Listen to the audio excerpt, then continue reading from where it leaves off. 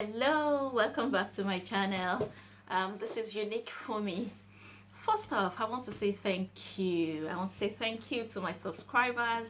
Thank you so much for subscribing to this channel. I am particularly impressed because especially for the number, because you just believe in me. I only have just done the intro and I've had quite some number of subscribers already. It just shows love. To me, it just means that you just love me and you believe in me, because you've not seen what I can do, but you just believe in me. Thank you so much. And I want you to know that I love you too. Thank you. I'm really grateful. And if you're coming here for the first time, if you're viewing this video or this channel for the first time, please press the subscribe button. There's that red button on the side. Please press it. And if you don't mind being notified of any new video, please press the notification bell. So with that, you'll be able to know when a new video comes up. Thank you so much. Thank you. I'm grateful. Thank you. Shows the support. Thank you for your support. Oh, so this is the first video after the intro, and I just thought that instead of just jumping into things, that I should say a bit of my story. I'm going to try and just summarize bit by bit, and then with further videos I can go deeper into how from the beginning and how I landed here where I am today.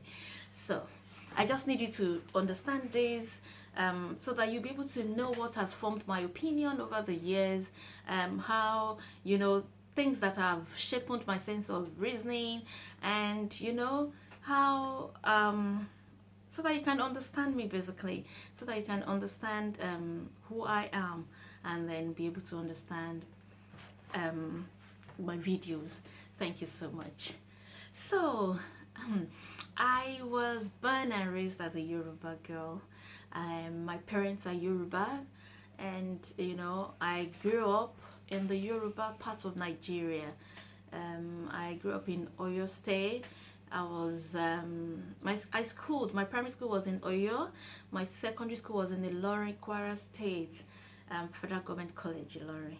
I believe that place, the Federal Government College Ilorin, was the place where I got the best of education. I am eternally grateful to my parents for that, because it wasn't cheap. They were just a middle class, we're a middle class family. My parents were, they both retired as civil servants, So it was a big opportunity for me, and I don't actually take that for granted. My parents, I'm grateful to them for that, because that school shaped me. That school gave me confidence. That school, has helped me in life. It's much more than the academics. It was a boarding house. So, it helped me to see not only Nigeria, the world in a different way. In that school, all of us, the children, we were from all the different parts of Nigeria: Hausa, Igbo, Edo, Yoruba, Calabar, different, all the different ethnic groups in Nigeria. We were all together for those 6 years. We were children from different states in Nigeria. I would say maybe all the states or most of the states would be represented there, and we all lived together. So it helps me to see Nigeria in a different way than many people of my age, or I'll say maybe many people in Nigeria. Those of us that went to federal government colleges would see Nigerians and the different ethnic groups much more than the political way. We will see, because we grew up together, we knew that. And also it helped me to see that we were all the same, because I lived and schooled with the rich, the powerful, the poor, the middle class, the average, and we were all together. So that school shaped me and made me to say that there's nothing special in being rich or being poor, in being powerful or not being powerful, because we were all human. We were all human beings. I found out that the rich also cried, the poor also laughed, the rich also became broke, the poor would also be broke. We were all together. We were all, at the beginning of the semester, everybody was rich. that depends on what you had. Your what I mean your locker, we call them locker now. What a lot of people will call wardrobe now, we call them lockers in our hostels. And we were all happy. We were all happy, you know. That school, I am grateful for the education of that school, you know. And till now, we are all still together. We all see each other as family. Um, Thank you, Federal Government College Ilori. That school shaped me more than I can say. You will know later in live in my videos, and then you will see why I keep being grateful to that school, for to God for that school, for the education. So moving on from there, I went to um, Africa's most beautiful campus of Bafemi Awolowo University, Great Ife. You know, that's where I studied international relations, and you know, also interaction in Ife also has shaped me. You know, I resided in the school on campus, and I finished from there with a good grade. Yes, and I also met my husband there. Yeah, I met my husband there. He also graduated from Ife. So, before I go further, I would like to mention here that I did a bit of trading in Ife. My parents did not know. Yes, confession part one.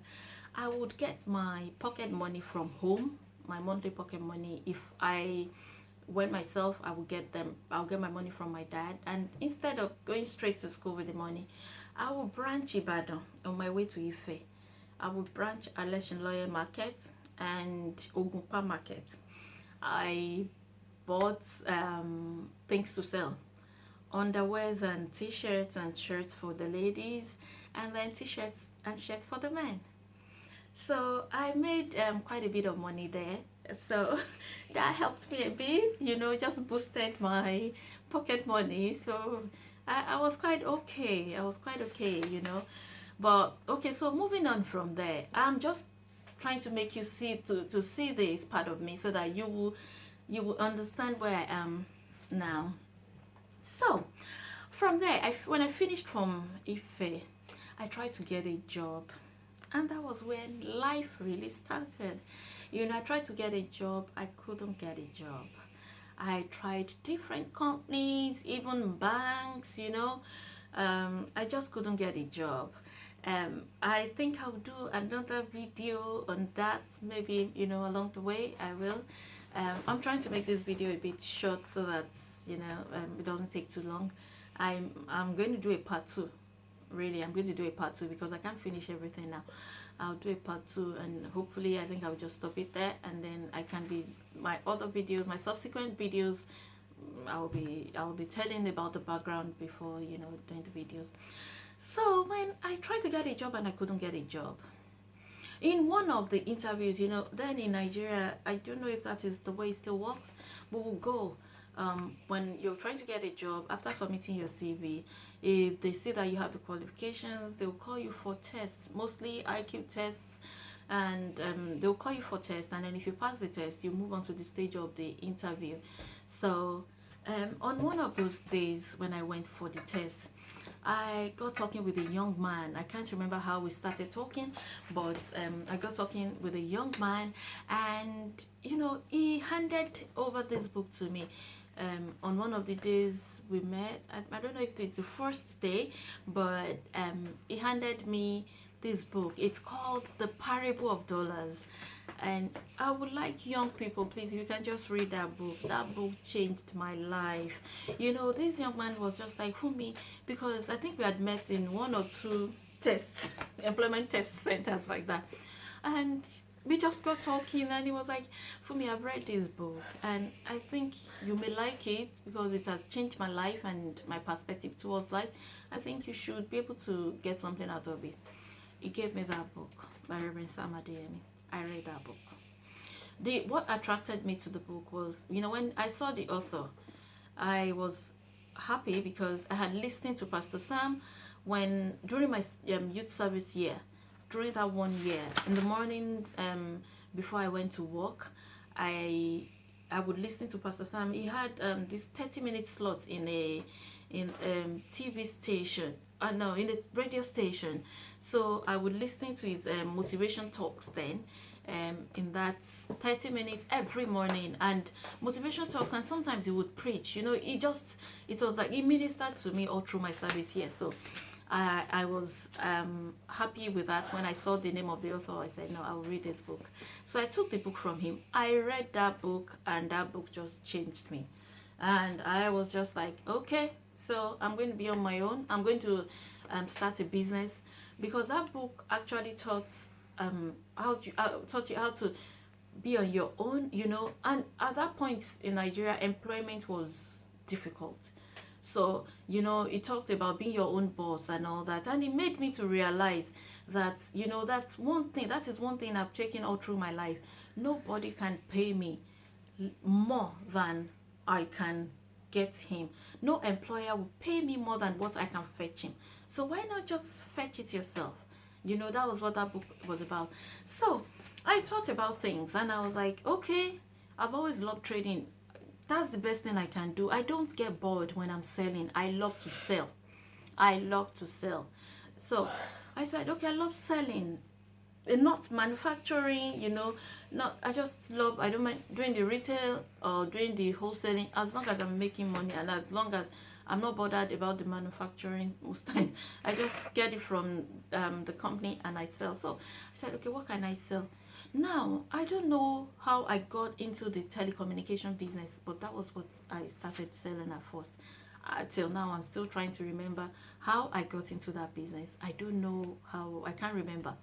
But I know that, when I started that business, I met another young man who became my friend, and, he helped to push me on. Sometimes when I'm doubting my, my ability, and I'm thinking, oh God, can I do this? Is this not meant for the men or for the guys? He would push me. And one important person in my life that has helped me to be myself is my husband. He was my fiancé then, and when I told him that I think I'm going to just try this and see if it works, he was like, for me, just go for it. Whatever you want to do, it's better to try it than not to try at all. And since then, I started my business, and since then till now, if I want to do any form of business, he always encourages me. He will just be like, try it if you like it. If you don't like it, you can stop. So I am really grateful to him for that. Not every man will want that, but that is, he has helped me to be myself, and I love him for that. I love him for much more than that, but okay, I love him for that. So anyway, I think I may stop this video now, but I'll just round up now because I think I'll do part 2. Anyway, so I went into this business, and from this business, I had my first shop. I had the second shop, and we got married. But all the way, my husband had, because he is career driven, he's not money driven like that. He is career driven. So he had been trying to, get on with his career. He's in the medical profession, but he couldn't get a place. He couldn't get employment in a hospital where he could further his career. He was getting jobs in hospitals as a doctor, but he wanted to further his career, and those jobs were not going to help him. So he had been like, for me, I think we will have to relocate. And I had been telling him, I had tried to discourage him. I said, no, we're not relocating. Nigeria is okay, because my own business was booming. And I was like, no, we'll have our own hospital. We'll have our own house. We'll build our own stuff and all that and all that. But I think I'll continue in the next video, because then I'll tell you how we finally landed in Europe. Thank you for listening. Please don't forget to subscribe and watch out for part 2. Thank you. Love you. Bye.